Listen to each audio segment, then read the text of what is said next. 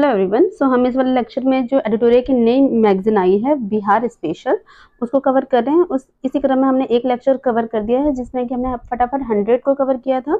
Next ये second lecture है जिसमें कि हम बाकी के पार्ट कवर कर रहे हैं। स्टार्ट करते हैं। Please like and subscribe.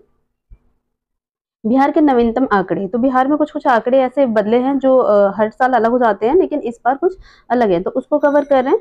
Start करते हैं। आप पहला आंकड़ा है हमारा 2023-24 में सर्वाधिक वर्षा वाले जिले। सर्वाधिक वर्षा कहाँ हुई है? तो सर्वाधिक प्रथम नंबर पे कौन सा है? तो किशनगंज पे सबसे ज्यादा बारिश होती है। सेकंड नंबर पे आता है अररिया और थर्ड नंबर पे आता है आपका पूर्णिया। तो फर्स्ट आप याद कर सकते हैं बीपीएससी के लिए या फिर जो भी आपका बिहार एग्जाम है उसके लिए जो फर्स्ट है वो ज्यादा इंपॉर्टेंट है, तो ये याद रखिएगा। ठीक है, तो सबसे ज्यादा बारिश कहाँ होती है? तो किशनगंज में। ठीक। सेकंड आपका 2023-24 में सबसे कम वर्षा वाले जिले। सबसे कम वर्षा कहाँ हुई है? तो अरवल में। अरवल क्या है? अरवल में सबसे कम वर्षा होती है, उसके बाद जहानाबाद और उसके बाद भोजपुर। आप फर्स्ट याद रखिएगा। फर्स्ट या ऐसे तो फर्स्ट 3 याद रखना चाहिए, लेकिन फिर भी आप फर्स्ट ज्यादा याद रखिएगा। ठीक है। प्रति व्यक्ति जीएसडीपी सर्वाधिक 2022 और 23 में कहाँ था? तो सबसे ज्यादा कहाँ का था? तो कि पटना का था। कितना था? तो ये था आपका 1,21,396 रुपए। ठीक है। फिर सेकंड नंबर पे बेगूसराय और थर्ड नंबर पे आपका है मुंगेर। ठीक। प्रति व्यक्ति जीएसडीपी सबसे कम 2023-22-23 में कहाँ का था? तो सबसे कम कहाँ का था? शिवहर का। कितना था? तो ये था 19,561 रुपए। ठीक है। फिर सीतामढ़ी का और थर्ड नंबर पे आपका अररिया। ठीक। एनएच की सर्वाधिक लंबाई वाले 3 जिले कौन से हैं? एनएच के सबसे ज्यादा जो नेशनल हाईवे है वो सबसे ज्यादा लंबा कहाँ होता है? कहाँ पर है? तो कहाँ पे? पटना में सबसे ज्यादा। कितना है? 506। इसका याद रखिएगा, पटना में है और 506 किलोमीटर है। दूसरे नंबर पे आपका आता है मधुबनी, तीसरे नंबर पे आता है मुजफ्फरपुर। ठीक है। फिर आता है एनएच की सबसे कम लंबाई वाले 3 जिले कौन से हैं? 2023 ये 2000 सितंबर जो 2000 सितंबर 2024 के अकॉर्डिंग आंकड़े हैं। ठीक है। तो सबसे कम कहाँ पर है? तो ये है आपका शिवहर। फिर दूसरे नंबर पे आता है आपका शेखपुरा, तीसरे नंबर पे आता है लखीसराय। ठीक है, लखीसराय। एसएच की सर्वाधिक लंबाई वाले 3 जिले कहाँ से हैं? जहाँ की स्टेट हाईवे। देखिए ये नेशनल हाईवे था, पटना में सबसे ज्यादा है, सबसे कम कहाँ है? शिवहर में। फिर स्टेट हाईवे सबसे ज्यादा कहाँ है? लंबाई कहाँ है? तो ये है आपका गया। गया में कितना है? तो 210 किलोमीटर आपका कहाँ है? गया में। दूसरे नंबर पे आपका दरभंगा, तीसरे में आता है रोहतास। ठीक है। फिर स्टेट हाईवे की सबसे कम लंबाई वाले 3 जिले। स्टेट हाईवे जो सबसे कम लंबाई है कहाँ है? शिवहर में। देखिए हाईवे भी सबसे कम लंबाई वाला है कहाँ है? शिवहर में है, और स्टेट हाईवे भी सबसे कम का है? शिवहर में ही है। तो खगड़िया सेकंड नंबर पे, तीसरे नंबर पे आपका बक्सर और शेखपुरा दोनों ही हैं। ठीक है। वर्ष 2023-24 में सर्वाधिक बिजली की खपत। सबसे ज्यादा बिजली कहाँ यूज की गई है 2023-24 में? तो सबसे ज्यादा कहाँ होता है? पटना। पटना में सबसे ज्यादा बिजली खपत हुई है। सेकंड नंबर पे आपका गया और उसके बाद है मुजफ्फरपुर। ठीक है। 2023 में सबसे कम बिजली की खपत कहाँ हुई है? सबसे कम कहाँ बिजली यूज हुई है? तो वो हुई है शिवहर। ठीक है। क्या है? सबसे कम शिवहर में। देखिए यहाँ से कितना आसान है याद करना। पहले तो क्या है? नेशनल हाईवे है, सबसे कम कहाँ है? तो ये है आपका शिवहर में। स्टेट हाईवे सबसे कम कहाँ है? तो ये भी शिवहर में है। और बिजली खपत सबसे कम कहाँ हुई है? तो वो हुई है आपकी ये शिवहर में ही। ठीक है। और पटना भी 2 जगह आ रहा है, तो इस तरीके से कोरिलेट करके आप याद कर सकते हैं। 2023-24 में चावल के उत्पादन के शीर्ष 3 जिले कौन से? ये बहुत इंपॉर्टेंट है, 5 स्टार का पॉइंट है, मतलब ये तो आता ही आता है। वर्ष 2023-24 में चावल के उत्पादन के शीर्ष 3 जिले कहाँ है? तो सबसे ज्यादा चावल कहाँ होता है? आपका रोहतास में। मैक्सिमम चावल उत्पादन कहाँ होता है? रोहतास में। फिर दूसरे नंबर पे है आपका कितना होता है? तो 900.6 हजार टन। दूसरे नंबर पे आपका औरंगाबाद और तीसरे नंबर पे आपका कैमूर। ठीक है। 2023-24 में चावल के उत्पादन के शीर्षक 3 जिले कौन से हैं? देखिए ये उत्पादन की बात है, कितना मैक्सिमम होता है उत्पादन, वो ये उत्पादकता है। उत्पादकता का मतलब कि आप पर हेक्टेयर, मतलब एक जो हेक्टेयर में कितना होता है, मतलब एक एरिया में सबसे ज्यादा उत्पादन किसका होता है, वो वाली बात है यहाँ पे। ठीक है। उत्पादकता और उत्पादन में दोनों में अंतर है, वो याद रखिएगा। तो उत्पादकता सबसे ज्यादा कहाँ की है? तो ये भी रोहतास का है। दूसरे नंबर पे बक्सर है। फर्स्ट नंबर पे दोनों ही सेम है, रोहतास ही दोनों जगह है, लेकिन सेकंड नंबर पे औरंगाबाद और यहाँ पे बक्सर है। ठीक है। फिर यहाँ लखीसराय है। उसके बाद 2023-24 में गेहूं के उत्पादन के शीर्षक 3 जिले। गेहूं के उत्पादन में क्या है? रोहतास है, यहाँ पे भी रोहतास है। दूसरे नंबर पे मुजफ्फरपुर है और तीसरे में भोजपुर है।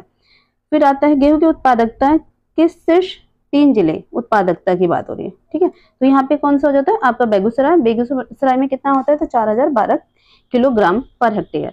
ठीक है। फिर लखीसराय दूसरे नंबर पे शिवहर तीसरे नंबर पे। ये बहुत इंपॉर्टेंट आता है क्योंकि यहाँ से क्वेश्चन ऑलमोस्ट आपका हर एग्जाम में, कोई भी आप बीपीएससी देंगे, कोई भी बिहार के एग्जाम देंगे, ऐसा ही एएसओ या फिर बिहार पुलिस जो भी है, सारे एग्जामों के लिए स्पेशल है, यानी कि बीपीएससी के लिए भी, सारे एग्जामों के लिए बहुत ज़्यादा ये इंपॉर्टेंट आंकड़े हैं। ठीक है, तो नेक्स्ट है हमारा क्या है, मक्का। ठीक है, 2023-24 में मक्का के उत्पादन के शीर्ष 3 जिले, तो मक्का कहाँ सबसे ज्यादा होता है, पूर्णिया में, फिर अररिया, फिर कटिहार। एक बार ये डाटा भी याद कर लीजिएगा। ठीक है, वर्ष 2023-24 में उत्पादकता, यानी मक्के का उत्पादकता सबसे ज्यादा कहाँ है, उत्पादन पूर्णिया में है, उत्पादकता किशनगंज में है, सेकेंड नंबर पे अररिया, और शिवहर आपका थर्ड नंबर पे। और अभी जो ये 69 बीपीएससी हुआ था उसमें मक्का का ही पूछा था। ठीक है, उत्पादन, तो ये याद रखिएगा।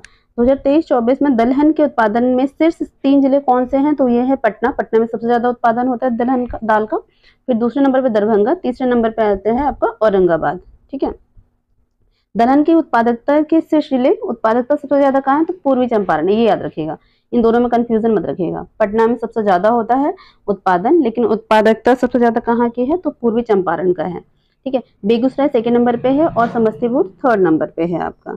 गन्ना के उत्पादन में शीर्ष 3 जिले, ये भी बहुत इंपॉर्टेंट है। पश्चिम चंपारण, सबसे ज्यादा गन्ना का उत्पादन कहाँ होता है, पश्चिम चंपारण में, फिर सेकंड नंबर पे आपको पूर्वी चंपारण, फिर आ जाता है थर्ड नंबर पे गोपालगंज। गन्ना की उत्पादकता के शीर्ष 3 जिले, सबसे उत्पादन में पश्चिम चंपारण है, लेकिन उत्पादकता में बेगूसराय है। ठीक है, एक बार ना बिहार का मैप अच्छे से लर्न कर लीजिएगा, उसके बाद आप इसे आराम से याद कर पाएंगे।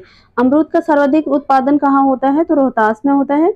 अभी तक हमने क्या पढ़ा, चावल गेहूं दोनों ही उत्पादक और उत्पादन में दोनों ही जगह क्या होता है, रोहतास है, और अमरूद का भी रोहतास है। ठीक है, पटना सेकेंड नंबर पे है, थर्ड नंबर पे आपका क्या है, वैशाली, क्या है थर्ड नंबर पे। ठीक है, तो अभी क्या है, आम का सर्वाधिक उत्पादन कहाँ होता है, तो ये होता है दरभंगा में। दूसरे नंबर पे आपका क्या है, पूर्वी चंपारण, और उसके बाद मुजफ्फरपुर में। आम का सबसे ज्यादा उत्पादन कहाँ होता है, तो ये होता है आपका, आम का कहाँ होता है, दरभंगा में। ठीक है, उसके बाद आपका आम का उत्पादकता की बात हो रही, यहाँ पे उत्पादन ही दे रखा है सिर्फ। अब केले का उत्पादन सबसे ज्यादा कहाँ होता है, तो ये होता है भागलपुर में। केले का उत्पादन सबसे ज्यादा कहाँ होता है, भागलपुर में। देखिए जो अभी जो 70 बीपीएससी हुआ था उसमें दोनों ही पूछा गया था, मकई का पूछा गया था और केले का भी पूछा गया था। ठीक है, लीची का सर्वाधिक जो है उत्पादन कहाँ होता है, तो ये होता है मुजफ्फरपुर में, सेकेंड नंबर पे पूर्वी चंपारण, और उसके बाद थर्ड नंबर पे वैशाली। आलू का सर्वाधिक उत्पादन कहाँ होता है, तो ये होता है आपका पटना में, नालंदा में, और थर्ड नंबर पे आपका समस्तीपुर। देखिए, प्याज का सर्वाधिक उत्पादन कहाँ होता है, तो नालंदा में, वैशाली और पटना में। ठीक, बैगन का सर्वाधिक उत्पादन कहाँ होता है, नालंदा, तो प्याज और बैगन दोनों ही नालंदा में होते हैं। सेकेंड नंबर पे पटना और थर्ड नंबर बेगूसराय। मछली का सर्वाधिक उत्पादन कहाँ होता है, तो मधुबनी में, माँ से मछली, माँ से मधुबनी। ठीक है, सेकेंड नंबर पे दरभंगा और थर्ड नंबर पे पूरी चंपारण है। मत्स्य बीज का सर्वाधिक उत्पादन, देखिए मछली का पूरी तरीके से जो मछली है उसका उत्पादन, और मत्स्य का जहाँ पे छोटी छोटी सी मछली होती है जो कहीं तालाब में ले जाकर डाला जाता है, वो उसे मत्स्य बीज बोलते हैं। तो इसका उत्पादन सबसे ज्यादा कहाँ होता है, ये होता है मुजफ्फरपुर में। ठीक है, याद रखिएगा। इस तरीके से कि बिजली की खपत कहाँ है, पटना में, सबसे ज्यादा बिजली की खपत कहाँ होती है, पटना में। उसके बाद आपका सबसे ज्यादा हाईवे जो नेशनल हाईवे है सबसे ज्यादा लंबा कहाँ पे है, वो भी पटना में है। ठीक है, इस तरीके से आप याद कर लीजिए। नेक्स्ट, तो ये हमारे इंपॉर्टेंट डाटा थे, बहुत ज्यादा इंपॉर्टेंट है। इसी में हम नेक्स्ट अपना कवर करते हैं, बिहार में विभिन्न महत्वपूर्ण पदों पर नियुक्त व्यक्ति। बिहार में बहुत सारे लोग जो नियुक्त हुए हैं, बहुत सारे महत्वपूर्ण पद पे हैं लोग जो नियुक्त हुए हैं, उसको हम कवर कर लेते हैं इस सिलेक्शन में। ठीक है, स्टार्ट करते हैं। राज्यपाल कौन है बिहार का, तो है आरिफ मोहम्मद खां। कौन से हैं ये, आरिफ मोहम्मद खां। कौन से नंबर के हैं, तो ये 42 नंबर के हैं। ठीक है, मुख्यमंत्री कौन है, ये तो आपको पता ही है, 9th बार बन चुके हैं, अभी 9वीं बार नीतीश कुमार बने हैं, तो ये नीतीश कुमार। उप मुख्यमंत्री कौन है, सम्राट चौधरी और विजय कुमार सिन्हा। ठीक है, ये वित्त मंत्री भी हैं सम्राट चौधरी, ध्यान रखिएगा। और मुख्य न्यायाधीश कौन से हैं, तो न्यायमूर्ति विपुल एम पंचोली। कौन से नंबर के हैं, तो ये 45वें नंबर के हैं। विधानसभा अध्यक्ष कौन है, नंद किशोर यादव। कौन है, नंद किशोर यादव। आजादी के बाद 17वें नंबर के हैं। कितने नंबर के हैं, 17वें नंबर के।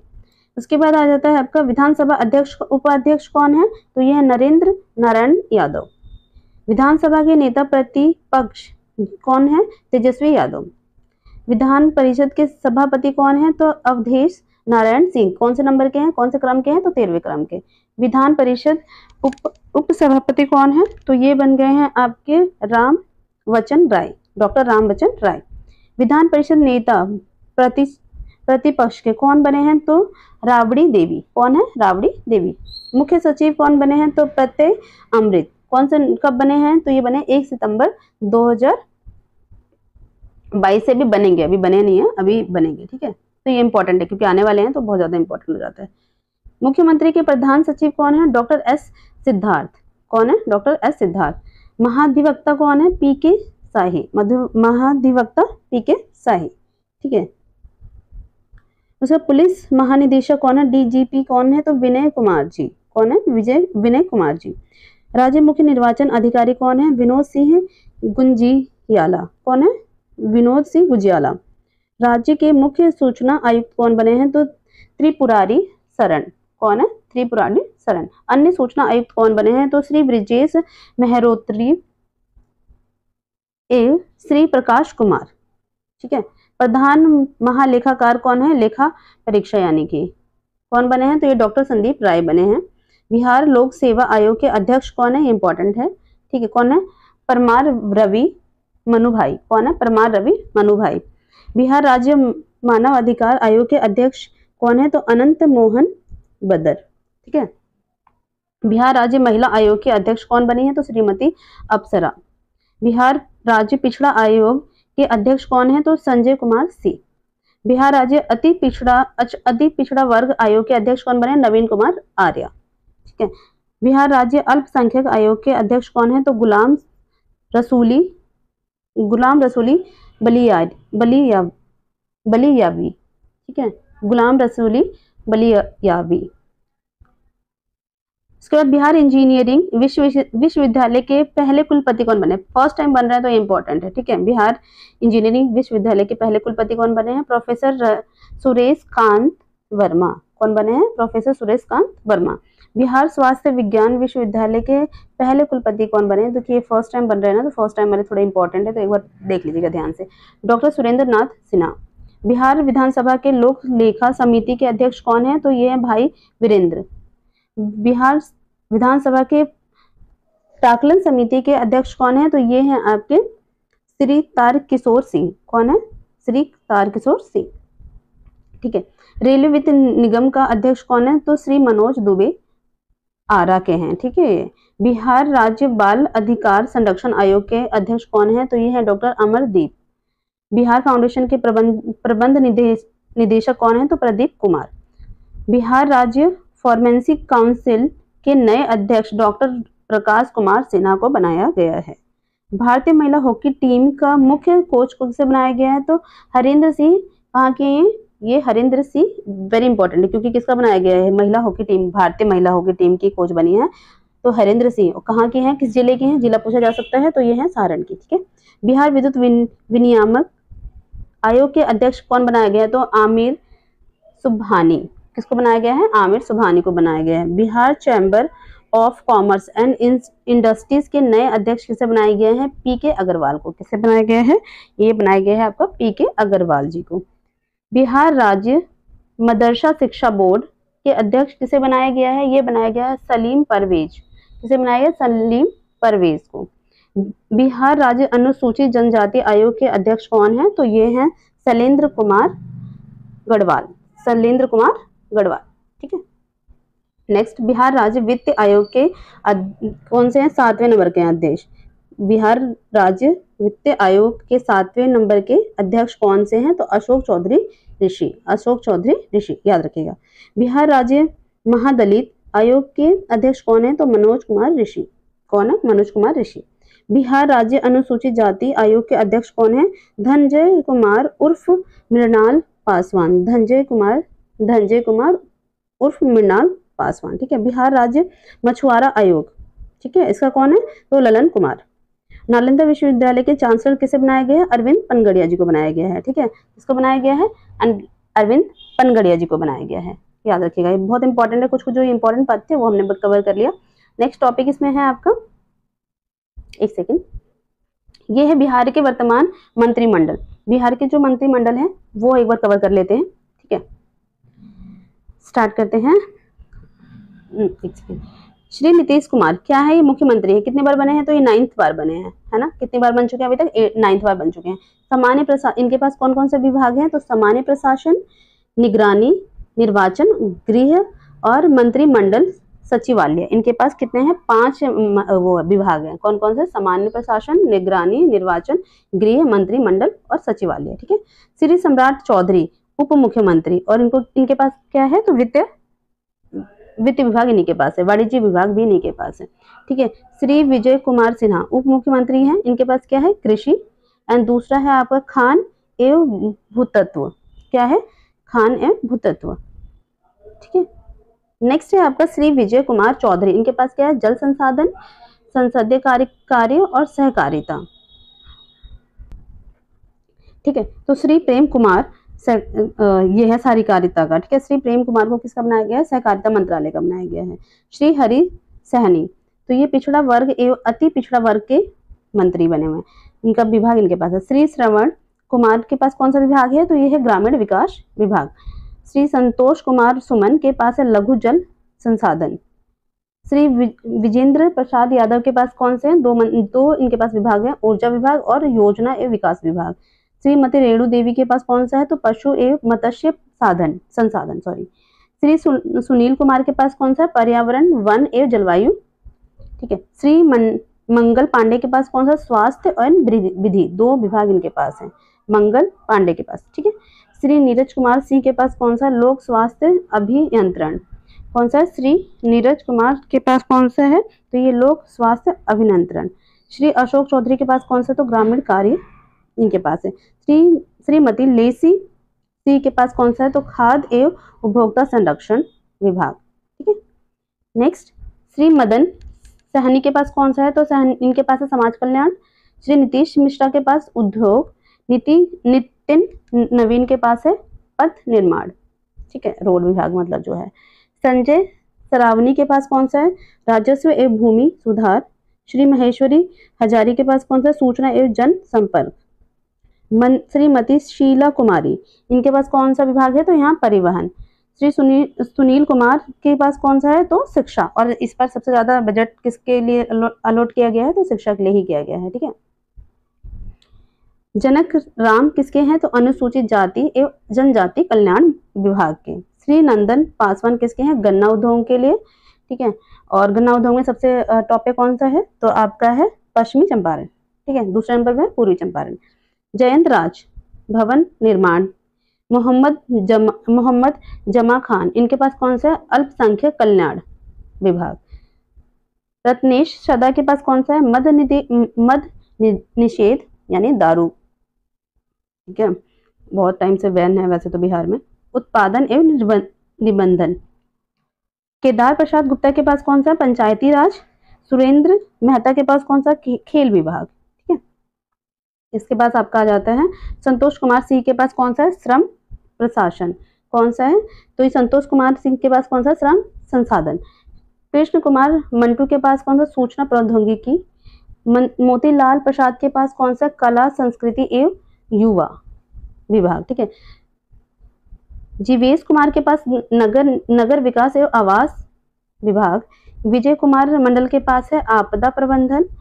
सुमित कुमार सिंह के पास है विज्ञान एवं प्रौद्योगिकी तकनीकी शिक्षा। विज्ञान एवं प्रौद्योगिकी तकनीकी शिक्षा। राजू कुमार सिंह के पास कौन सा है? तो ये है आपका पर्यटन विभाग। राजू कुमार सिंह के पास कौन सा है? तो पर्यटन विभाग। ये सारे हैं। तो ये हमने क्या कवर किया अभी? मंत्रालय कौन सा मंत्री के पास कौन सा विभाग है ये कवर किया। ठीक है। तो बिहार के वर्तमान मंत्रिमंडल को हमने कवर कर लिया। इंपॉर्टेंट है, एक क्वेश्चन आ जाता है तो आप 1-2 बार इसे देख लीजिएगा। इस लेक्चर को 1-2 बार देख लीजिएगा, कंप्लीट हो जाएगा। नेक्स्ट इसी में हम कवर कर लेते हैं बिहार करंट अफेयर में क्या है हमारा 2024-25 में बिहार के प्रमुख व्यक्तियों का निधन। देखिए बहुत सारे लोग हैं जिनका निधन हुआ है 2024-25 में, जिसमें 7 बिहार के हैं, उसको हम कवर कर लेते हैं। ठीक है, व्यक्तियों का निधन स्टार्ट करते हैं। देखिए सत्यपाल मलिक जो हैं ये है 5 अगस्त 2025 को इनका निधन हुआ था। कब हुआ था? सत्यपाल मलिक, इनका निधन कब हुआ था? 5 अगस्त 2025 को इनका निधन हुआ था। ये वर्ष 2017 से 18 के दौरान बिहार के क्या 27वें राज्यपाल थे। कब थे राज्यपाल थे? ये तो बहुत इंपॉर्टेंट है। ठीक है, किसका 2017 से लेकर 18 के बीच में बिहार के 27वें राज्यपाल थे। जम्मू कश्मीर, बिहार, गोवा, मेघालय के राज्यपाल रहे हैं। ये कितने स्टेट के रहे हैं? तो 4 स्टेट के, जम्मू कश्मीर, बिहार, गोवा एंड मेघालय। कहाँ कहाँ के रहे हैं? जम्मू कश्मीर, बिहार, गोवा एवं मेघालय के राज्यपाल रहे हैं। ठीक है, अनुच्छेद 370 हटाने के वक्त वे जम्मू कश्मीर के राज्यपाल थे। ठीक है, तो ये बहुत इंपॉर्टेंट, देखिए 370 आपका कब हटा था? तो 2019 में हटा था। और 2019 में जब ये हटा था तो बहुत ज्यादा इंपॉर्टेंट हो जाते हैं कि मे भी इन्हीं का पूछ लिया जाए। ठीक है, कौन सा है? सत्यपाल मलिक। आशीष चटर्जी के क्या हुआ? इनका निधन हुआ है। प्रसिद्ध सितार वादक थे। कौन थे? सितार वादक थे। कामेश्वर चौपाल, तो कामेश्वर चौपाल का हुआ है, ये क्या थे? अयोध्या राम मंदिर के निर्माण में पहली ईंट रखने वाले व्यक्ति, ये भी इंपॉर्टेंट है। ठीक है, तो कौन से हैं ये? कामेश्वर चौपाल, जिन्होंने क्या रखा था? अयोध्या मंदिर जब बन रहा था उसकी पहली ईंट इन्होंने रखी थी। बिहार के सुपौल जिले के कमरेल गांव के रहने वाले थे। तो कहाँ से थे? नाम देके पूछ लिया जाएगा तो 2-3 ये पॉइंट इंपॉर्टेंट है। ठीक है, सुपौल जिले से थे। 2002 से लेकर 2014 तक के बिहार विधान परिषद के सदस्य के रूप में भी कार्य किया था। तो ये इंपॉर्टेंट है, बहुत इंपॉर्टेंट है। ठीक है, फिर आचार्य किशोर कुंडाल, तो आचार्य किशोर कुणाल कौन से हैं? तो ये 29 दिसंबर 2024 को 74 वर्ष की उम्र में इनका निधन हुआ था। ठीक है, डेट याद रखिएगा, वैसे डेट भी याद रखिएगा। बरूराज के कोठिया गांव मुजफ्फरपुर के रहने वाले थे। तो ये डिस्ट्रिक्ट याद रखिएगा, मुजफ्फरपुर के थे। पटना महावीर मंदिर न्यास के पूर्व सचिव तथा बिहार राज्य धार्मिक न्यास परिषद के पूर्व अध्यक्ष रहे हैं। ठीक है, 2025 में मरणोप्रांत सिविल सेवा क्षेत्र में पद्मश्री से सम्मानित किया गया है। देखिए इंपॉर्टेंट हो जाते हैं क्योंकि इनको अभी क्या मिला है? 2025 का ही क्या मिला है? पद्मश्री मिला है। तो वेरी इंपॉर्टेंट है। कौन से हैं? आचार्य किशोर कुणाल। ठीक है, गोदावरी दत्त क्या है? ये तो ये भी बहुत इंपॉर्टेंट है। तो इनका क्या है? 2024 में ही निधन हो गया था। तो ये क्या है? मिथिला पेंटिंग कलाकार थी, मधुबनी जिले से रहने वाली थी। गोदावरी दत्त क्या थी? तो मिथिला पेंटिंग की कलाकार थी और कहाँ की रहने वाली थी? मधुबनी की। माँ से मिथिला, माँ से मधुबनी। 2019 में इनको क्या मिला था? पद्मश्री मिला था। तो ये भी इंपॉर्टेंट है। ठीक है, ये पूछ लिया जाएगा गोदावरी दत्त जिनका हाल ही में निधन हुआ है वो किस से रिलेटेड थी? तो ये मिथिला पेंटिंग से रिलेटेड थी। और कहाँ की रहने वाली थी? तो ये थी मधुबनी की। 2006 में। और इनको कब मिला था पद्मश्री? तो 2019 में। 2006 में शिल्प गुरु सम्मान भी मिला था। देखिए 2 मिला था इनको, पद्मश्री और शिल्प गुरु सम्मान। तो ये याद रखिएगा। ठीक है, इंदिरानंद सिंह झा क्या है? इंदिरानंद सिंह झा, वे चन्नौर दरभंगा के रहने वाले थे। कहाँ के थे? दरभंगा के रहने वाले थे। आकाशवाणी दरभंगा के प्रसिद्ध पूर्व रेडियो प्रस्तुता तथा संचालक थे। वे खुरखुर भाई क्या है? खुरखुर भाई के नाम से प्रसिद्ध थे। तो भाई ये पूछ लिया जाएगा खुरखुर भाई के नाम से कौन प्रसिद्ध था जिनका हाल ही में निधन हो गया है? तो आपको याद रखना है इंदिरानंद सिंह। ठीक है, इंदिरानंद सिंह झा। शारदा सिन्हा, देखिए ये तो बहुत ज्यादा इंपॉर्टेंट है क्योंकि आपको पता है कि जो ये छठ पूजा के जो गाने चलते थे, यानी जो छठ पूजा के लोकगीत गाती थी ये शारदा सिन्हा जी, और इनकी मृत्यु लास्ट ईयर हुई थी। तो कब हुए थे? 5 नवंबर। इनका निधन हुआ था 5 नवंबर 2024 को, 72 वर्ष की आयु में हुआ था। ठीक है, किसके लिए फेमस थी? तो ये जितना भी आपकी छठ पूजा के लोकगीत थे उनके लिए फेमस थी। 1 अक्टूबर को इनका जन्म कब हुआ था? इनको बहुत सारे पद्मश्री भी मिला था, पद्मश्री नहीं मिला था, पद्म भूषण और पद्म विभूषण मिला था इनको। ठीक है, एक और मिला था तो वो देख लीजिएगा, बहुत इंपॉर्टेंट है। डॉक्टर कमलकांत झा साहित्य अकादमी के सम्मानित मैथिली साहित्यकार। कहानी संग्रह गाछ रूसल अछि क्या है? तो ये पूछ लिया जाएगा कि गाछ रूसल अछि किसकी रचना थी? तो ये याद रखना है आपको, कमलकांत झा की। ठीक है, गाछ रूसल अछि किसकी रचना थी? तो कमलकांत झा की। इनका हाल ही में निधन हो गया। ठीक है, याद रखिएगा। डॉक्टर उषा किरण खान, इनका जन्म कहाँ हुआ था? तो इनका हुआ था दरभंगा में जन्म हुआ था। जिले की मछोलिया गांव से रहने वाली थी। इंपॉर्टेंट है क्योंकि इनको भी पद्मश्री मिला है, से सम्मानित किया गया था। कब किया गया था? तो 2015 में। हिंदी एवं मैथिली साहित्य की प्रसिद्ध लेखिका थी। कौन सी? तो थी, इन्होंने 2 भाषा की थी, हिंदी और मैथिली की प्रसिद्ध लेखिका थी। मैथिली उपन्यास भामती, कौन सा था? भामती। मैथिली उपन्यास भामती एक अविस्मरणीय प्रेम कथा के लिए साहित्य अकादमी पुरस्कार इन्हें दिया गया था। तो इन्हें पद्मश्री और साहित्य अकादमी पुरस्कार दोनों ही मिला था। किसके लिए मिला था? तो मैथिली उपन्यास भामती के लिए। ठीक है, मैथिली उपन्यास भामती के लिए। नेक्स्ट है आपका पंडित राम कुमार मलिक, दरभंगा के रहने वाले थे, दरभंगा घराने के थे।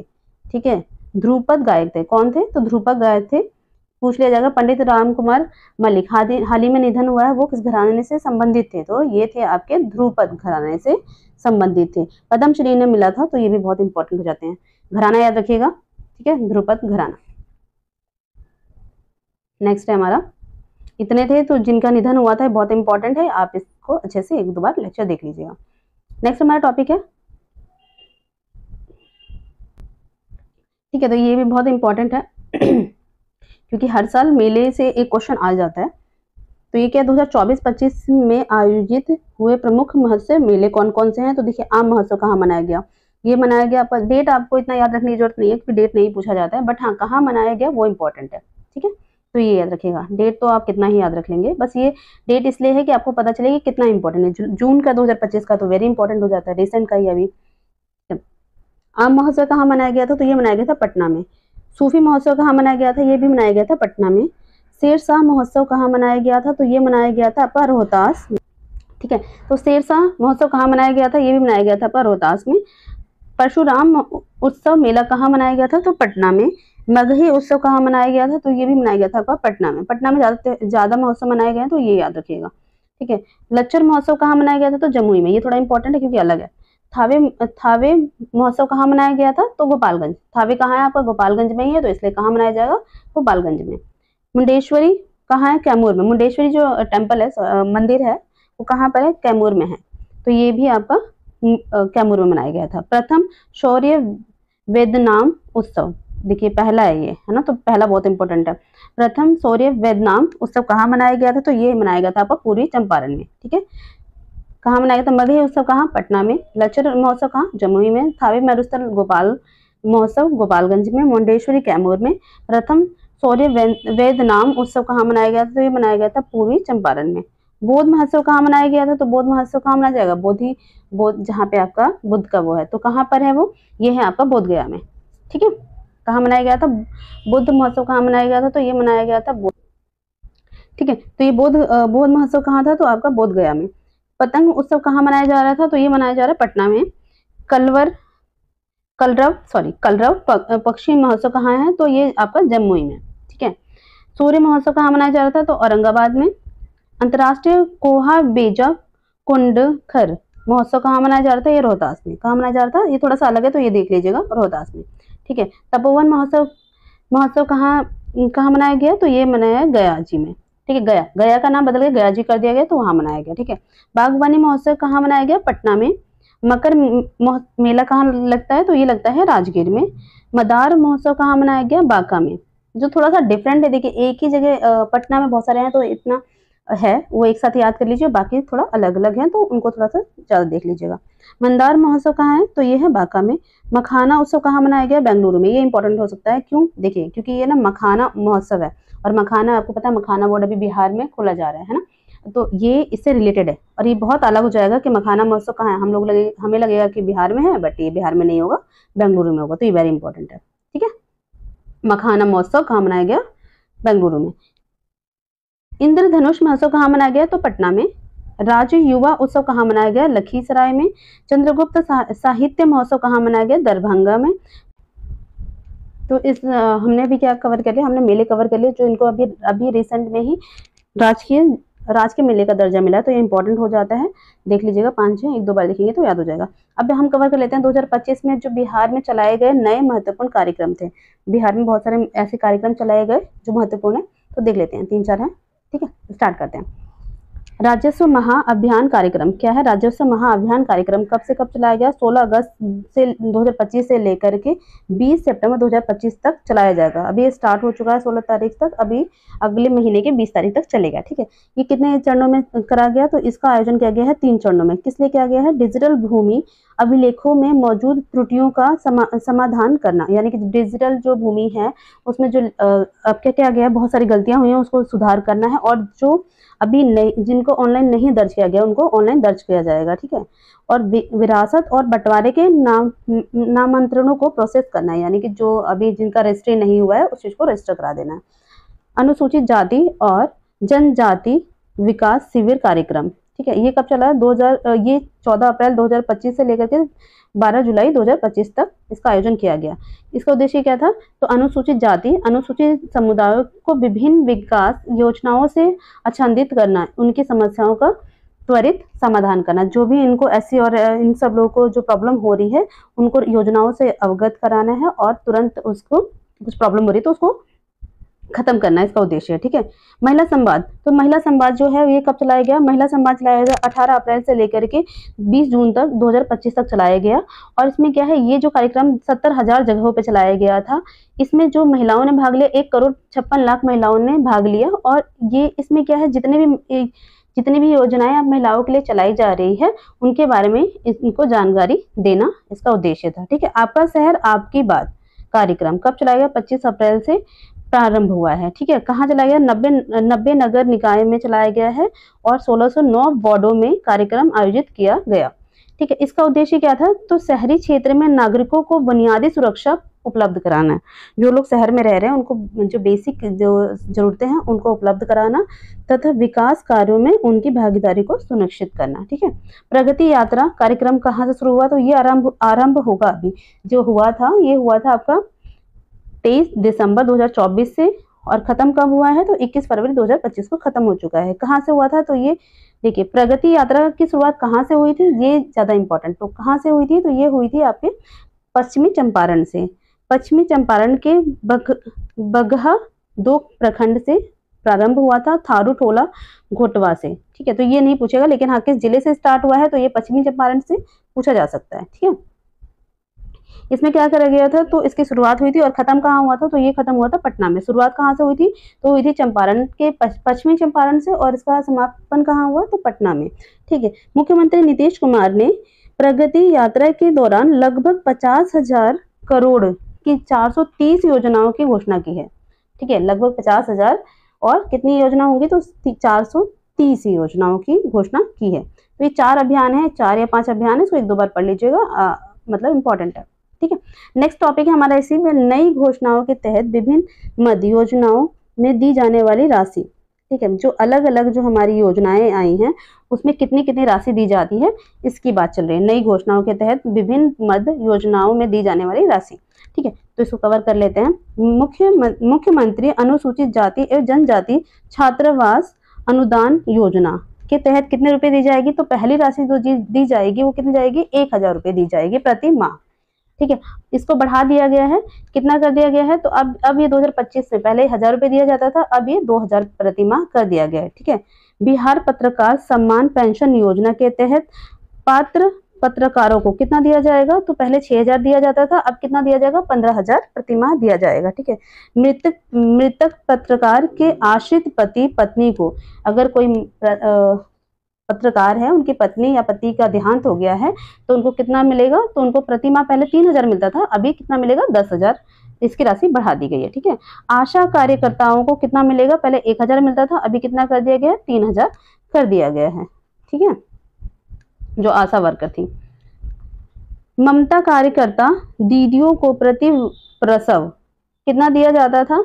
तो ये दिया जाता था 300, लेकिन अब कितना कर दिया गया? दूना कर दिया। कितना कर दिया गया? 600 रुपए, ठीक है। मध्य भोजन में कार्यरत रसोइयों के मानदेय को, जो लोग मिड डे मील में काम करते थे ना, उनको कितना देता था? पहले दिया जाता था 1,650 रुपए, अभी कितना दिया जाएगा? तो 3,300 रुपए दिया जाएगा, 3,300 रुपए, ठीक है। माध्यमिक उच्च शिक्षा विद्यालय में कार्यरत रात्रि प्रहरी का मानदेय, उनको कितना दिया जाता था? तो उनको दिया जाता, पहले दिया जाता था 5,000, अभी दिया जाएगा 10,000, इनकी राशि बढ़ा दी गई है, ठीक है। शारीरिक शिक्षा एवं स्वास्थ्य अनुदेशकों का मानदेय कितना कर दिया गया है? तो ये कर दिया गया है, पहले 8,000 था, अभी 16,000 कर दिया गया, डबल कर दिया गया है। ये राशि ना पूछी जा सकती है, क्योंकि देखिए इसमें ना राशियां बढ़ाई गई हैं, और जब बढ़ता है ना तो पूछा जाता है। जेपी सेनानियों की पेंशन राशि पहले कितनी थी? यानी 18 मार्च 1974 से लेकर के 21 मार्च 1977 के दौरान 1 से 6 माह तक का कारावास अगर हुआ है तो पहले कितना था, ये था आपको 7,500 मिलते थे, अभी कितना है तो अभी आपको 15,000 मिलेंगे। ठीक है, जेपी सेनानियों की पेंशन राशि कितनी थी, तो अभी पहले कितनी थी, पहले 15,000 थी, अभी कितना मिलेगा आपको, मिलेगा 30,000 रुपये, डबल कर दिया गया है। ठीक है, सामाजिक सुरक्षा पेंशन में आपको कितना होता था, तो पहले मिलता था 400 रुपये, अभी कितना मिलेगा 1100 रुपये। तो ये कुछ राशियां हैं, कुछ स्कीम्स है जिनकी राशियों को बढ़ाकर आपका डबल या उससे थोड़ा कम करा गया है, तो आप इसको देख लीजिएगा। ठीक है, पूछा जा सकता है। विभिन्न रिपोर्ट एवं रैंकिंग में बिहार का स्थान। देखिए बहुत सारी जो रिपोर्ट और रैंक आई है जो बिहार में, उसका क्या स्थान है उसको पढ़ लेते हैं, क्योंकि ऑलमोस्ट यहाँ से भी एक क्वेश्चन बनता है। ठीक है, तो स्टार्ट करते हैं। पहला, यूविन पोर्टल के माध्यम से शिशु तथा गर्भवती महिलाओं के टीकाकरण में, ठीक है, यूविन पोर्टल के माध्यम से शिशु तथा गर्भवती महिलाओं के टीकाकरण में क्या है, तो इसमें पहला स्थान किसका है, तो बिहार का।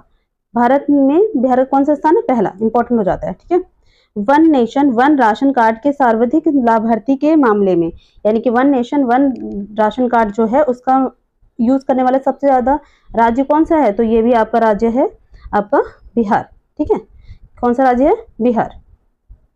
सेकंड है आपका मुक्त दवा नीति अंतर्गत दवा आपूर्ति एवं वितरण, यानी मुक्त दवाओं का वितरण होता है, उसमें भी आपका बिहार का रैंकिंग कितना है, तो पहले नंबर पे है। आयुष्मान भारत डिजिटल मिशन के क्रियान्वयन में, यानी बहुत अच्छे से काम कर रहा है, तो ये कौन सा है आपका, इसमें भी आपका पहला स्थान है।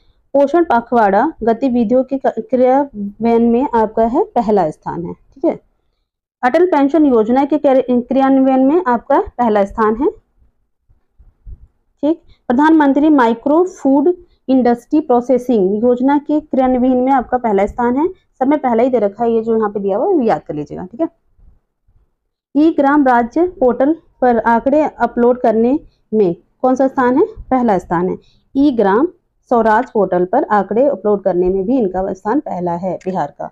ई श्रम पोर्टल पर पंजीकृत होने वाले श्रमिकों की संख्या में, यानी कि ई जो श्रम है पोर्टल है वहाँ पे कितने अपने आप को रजिस्टर्ड करते हैं, उसमें ये इनकी रैंकिंग कितनी है, दूसरी है। ठीक है, सड़क हादसों से होने वाली मौतों में भी कितना है, दूसरे नंबर पे है। सड़क जो हादसे होते हैं सबसे ज्यादा यहाँ पे लोग मर जाते हैं, सेकंड नंबर पे। डॉल्फिन की संख्या सबसे ज्यादा यहाँ पे कितनी है, तो ये भी यहाँ पर भी आपका दूसरे नंबर पे। डॉल्फिन में सबसे ज्यादा कहाँ है, तो उत्तर प्रदेश में। डॉल्फिन सबसे ज्यादा कहाँ है, उत्तर प्रदेश में। सेकंड नंबर पे कौन सा, बिहार। बच्चों का हेल्थ कार्ड बनाने में दूसरे नंबर पे है। स्वच्छ पानी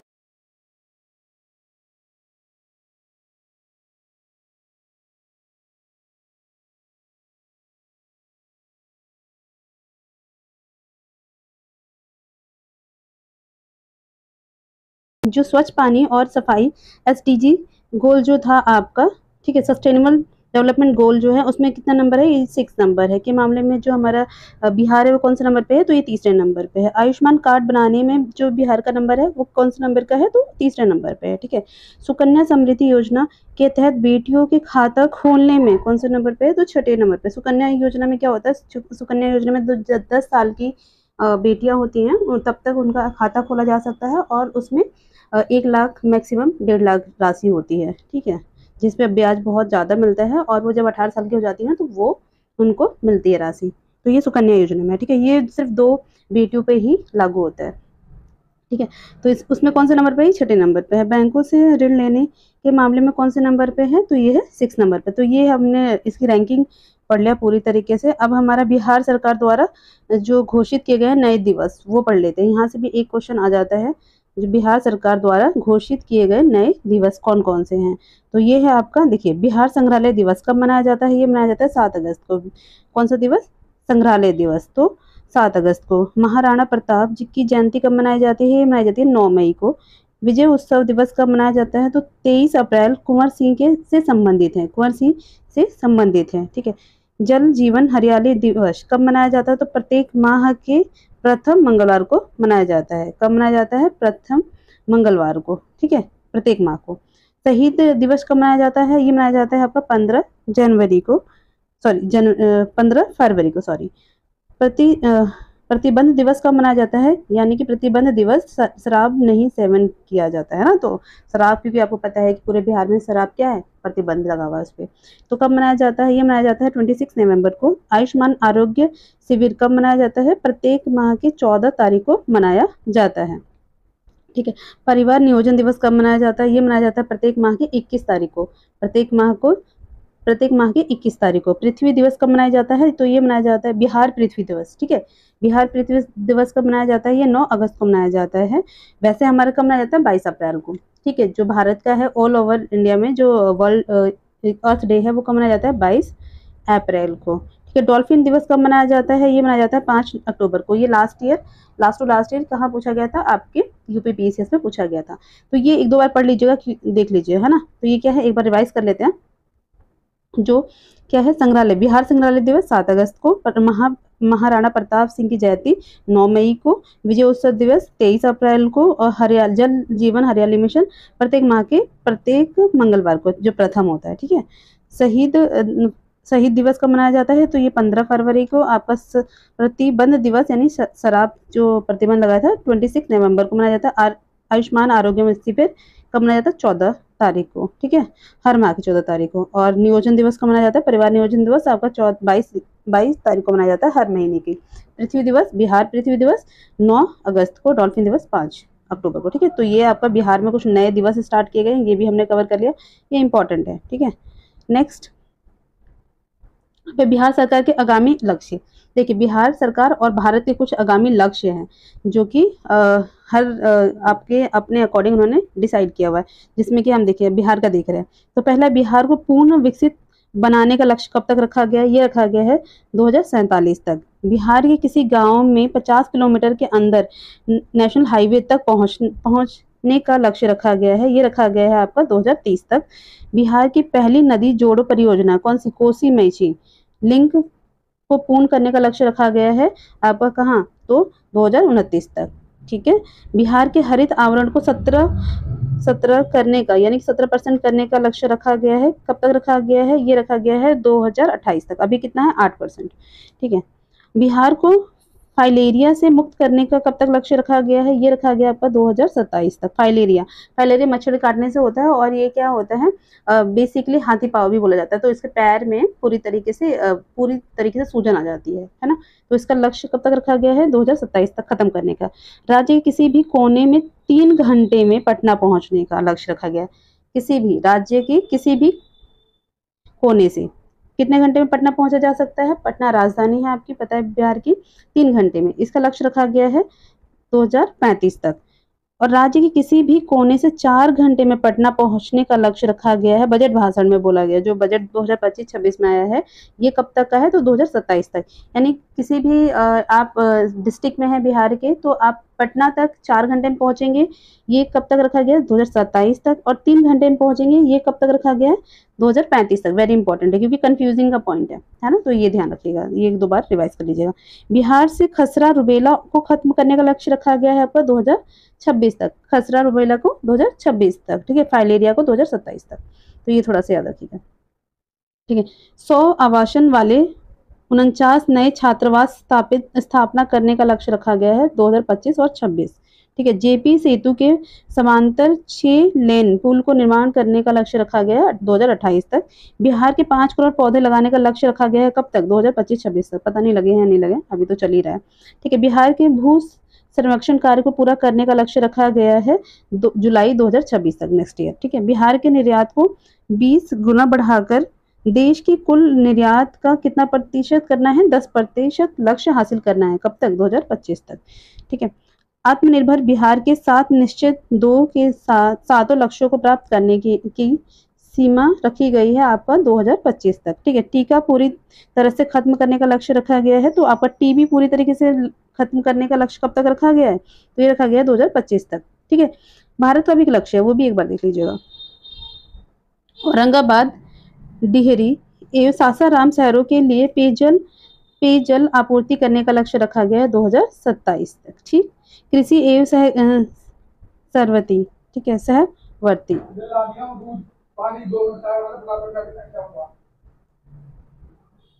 कृषि एवं सहवर्ती क्षेत्र में आपको 1.62 लाख करोड़ रुपए व्यय करने का लक्ष्य रखा गया है 2028, और हेपेटाइटिस को पूरी तरह से खत्म करने का लक्ष्य रखा गया 2030।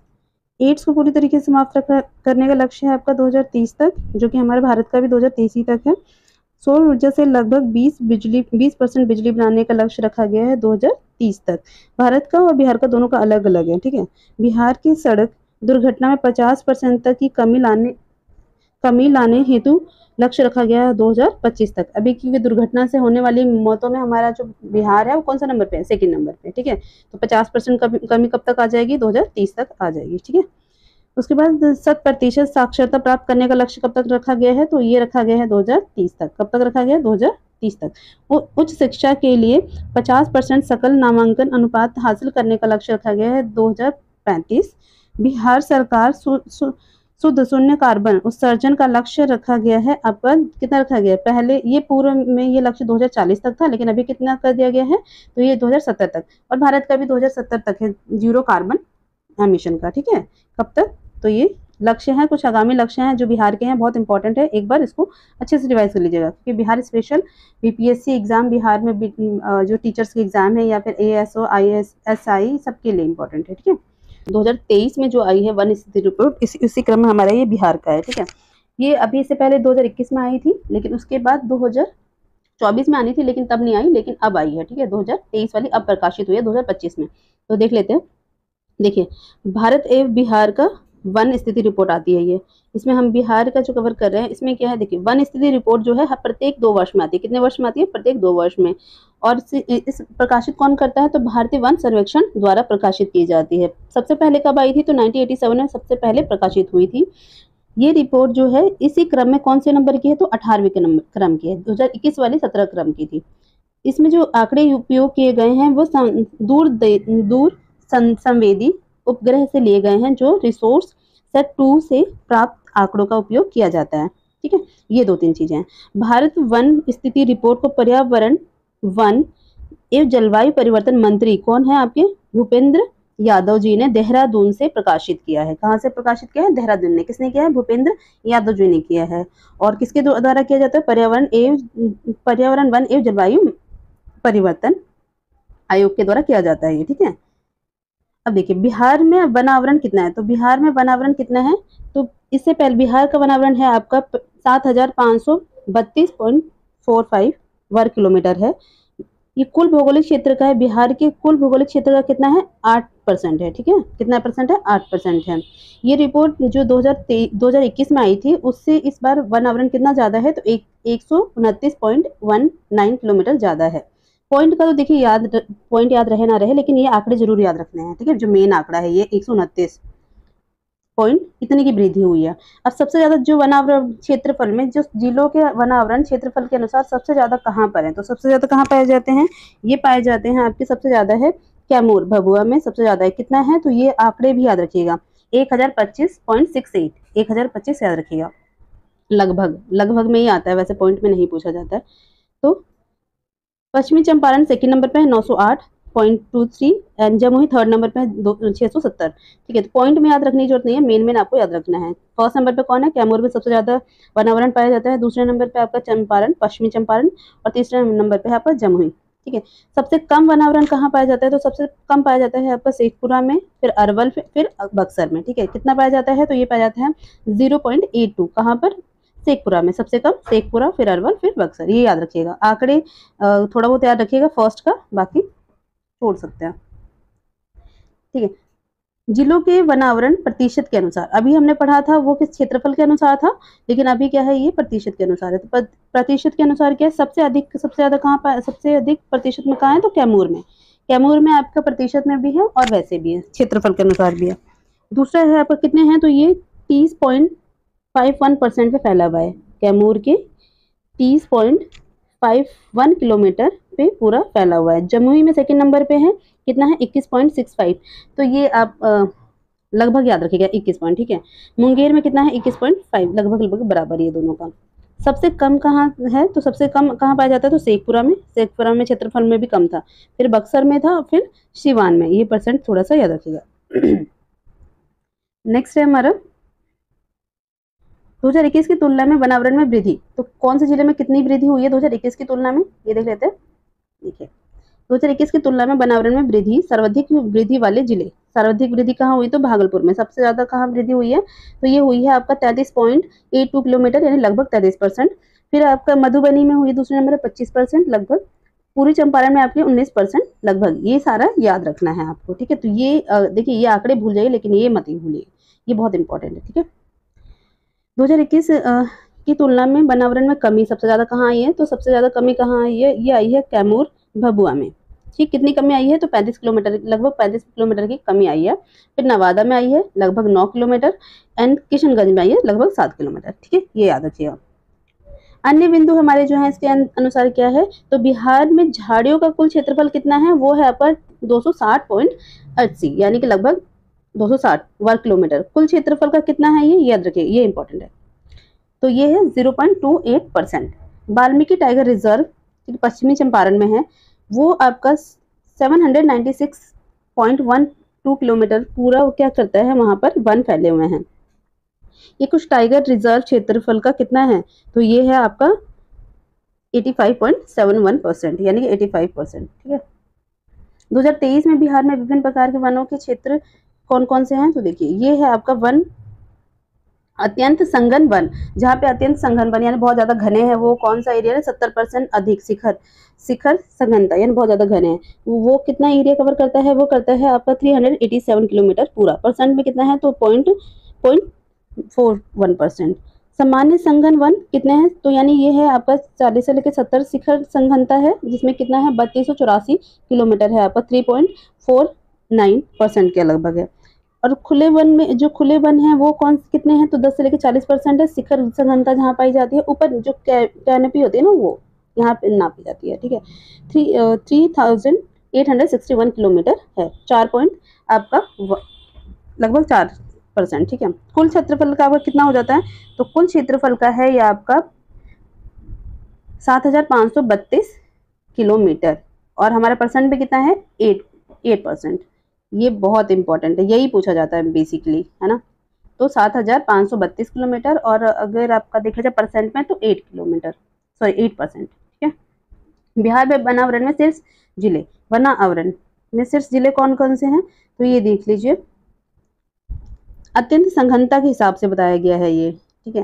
तो पश्चिमी चंपारण में सबसे ज्यादा है, कितना है वहाँ पे 303 किलोमीटर है। सामान्य संघन वन कहाँ पे है, पश्चिमी चंपारण में, दोनों में। पश्चिमी चंपारण खुले वन सबसे ज्यादा कहाँ है, तो ये है कैमूर में, और ये कितना है 499, ठीक है, 527 499। ये आंकड़ा बहुत इंपॉर्टेंट है, बाकी तो ये आप याद रखिएगा, ठीक है। तो अत्यंत संघन वन कहाँ पाया जाता है, पश्चिमी चंपारण में। सामान्य संघन वन कहाँ पाया जाता है, पश्चिमी चंपारण में। खुले वन कहाँ पाया जाता है, भभुआ में।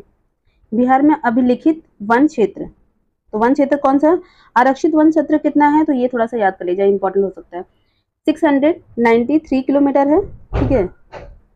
और संरक्षित वन कौन से हैं, तो ये है आपका 6183 किलोमीटर, नंबर याद कर लीजिएगा।